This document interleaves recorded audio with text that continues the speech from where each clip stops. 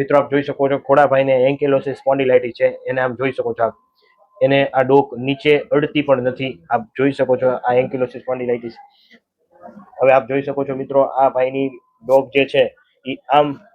હલતી પણ નથી, આપ જો સાઈડમાં પૂરેપૂરી નથી થતી, આપ જોઈ શકો છો મિત્રો, આમ જો આ એન્કેલોસિસ સ્પોન્ડિલાઇટિસ છે કે આ ભાઈને ડોક ના હાલે, પેલું તમે જોઈ શકો છો ડોક આમ મુવમેન્ટ ન થાય પૂરેપૂરી, બીજું કે એના પાછળના ભાગમાં શેપ આવી ગયો, આપ જોઈ શકો છો બેન્ડ વળી ગયું હોય, બંબુ સ્પાઇન, ત્રીજું હાથ ઊંચા ન કરીએ કે આખું લેજો,